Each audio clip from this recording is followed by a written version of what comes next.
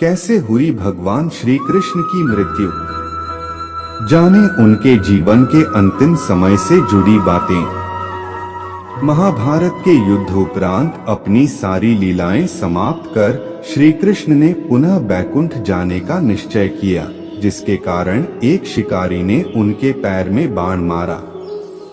कन्हैया ने शिकारी को मोक्ष दिया एवं अर्जुन को धर्म से संबंधित अंतिम उपदेश प्रदान कर बैकुंठ प्रस्थान किया।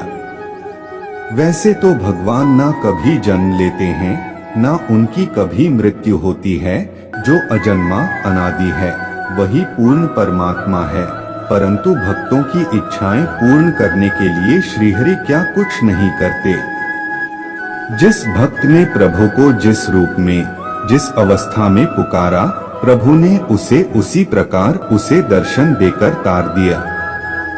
श्रीहरि के सभी अवतारों में श्री कृष्ण अवतार में प्रभु ने सबसे अधिक मनमोहक लीलाएं की और महाभारत जैसे विशाल युद्ध के भी सहभागी बने एवं संपूर्ण जगत को गीता का ज्ञान दिया।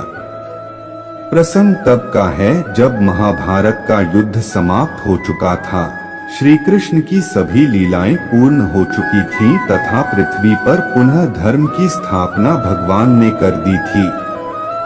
अब समय आ चला था श्री कृष्ण अवतार की लीला समाप्ति का और भगवान के पुनः बैकुंठ पधारने का। एक दिन श्री कृष्ण द्वारका नगरी में एक पेड़ के नीचे शांत मुद्रा में विराज रहे थे।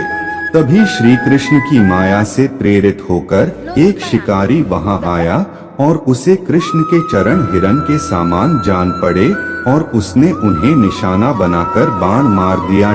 जब वह पास गया तो उसे अपनी गलती का एहसास हुआ और वह खुद को अभागा बोलकर रोने लगा, परंतु कन्हैया ने उसे बताया कि यह सब उनकी ही इच्छा से हो रहा है और इस पूरी कहानी में उसका कोई दोष नहीं है। उस शिकारी की सरलता से प्रसन्न होकर उसे मोक्ष प्रदान कर दिया। तभी बड़े भैया बलराम वहां आए और कृष्ण के बाण लगे चरण को देखकर चिंतित हो उठे।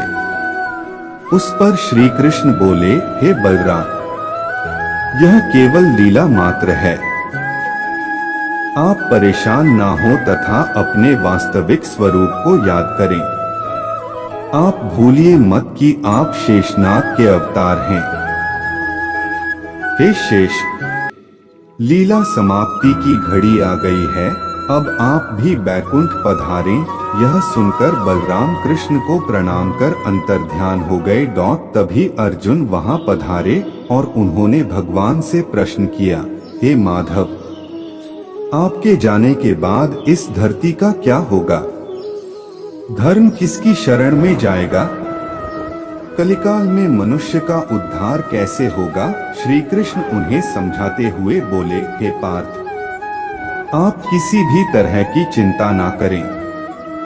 मैं बस अपना मानव शरीर त्याग कर अपने स्वरूप को श्रीमद् भगवत में विराजमान करा रहा हूँ। जो भी व्यक्ति श्रीमद् भगवत की शरण में आएगा, समझो वह मेरी ही शरण में आ गया। इतना कहकर परमपिता परमात्मा श्री कृष्ण ने अपना मानव शरीर त्याग कर बैकुंठ को प्रस्थान किया, जहां सभी देवगणों एवं प्रभु के पार्षदों ने उनका बड़े ही खुशी से स्वागत किया।